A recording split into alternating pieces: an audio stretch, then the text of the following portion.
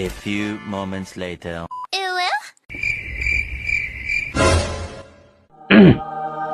পারুলের জামাই, গলায় কাশি দিতে হবে না, আমি আপনাকে দেখেছি, বলুন। জি স্যার, সালাম আলাইকুম স্যার। ওয়ালাইকুম আসসালাম। স্যার ভালো আছেন? আছি আছি আছি আলহামদুলিল্লাহ। কি অবস্থা আপনার? ভালো? স্যার আসলে একটা কথা বলতে চাচ্ছিলাম, তো যদি অনুমতি দেন আর কি। আরে বলুন, আমি আপনার বস হলেও আপনি বন্ধু ভেবে বলতে পারেন, সমস্যা নেই, কাজের জায়গায় কাজ। বলুন। না তাইলে স্যার বলি।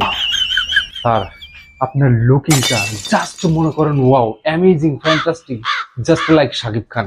আপনি চিন্তাও করতে পারবেন না স্যার, আপনার এই মরক জুটি কি দুর্দান্ত মানে দেখাচ্ছে।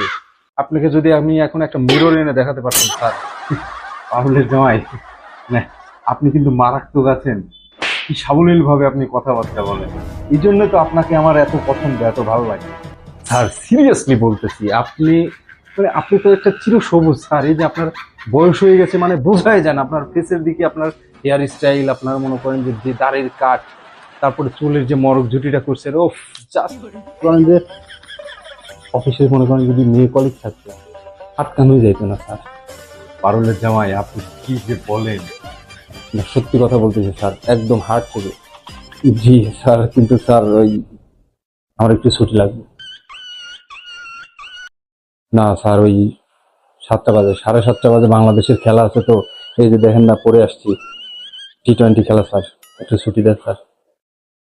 সুমন্দি কইল ডাকে সারা বেলা পাম দিয়ে এখন কইতেছে ছুটি লাগবে, কেমনটা লাগে এখন?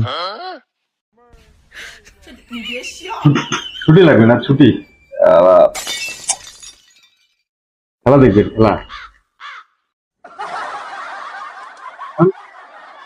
স্যার আমি মানে কি বলবো, আপনি বললাম না আপনাকে যে just you are really super hero sir. মানে কিভাবে একদম, thank you so much sir.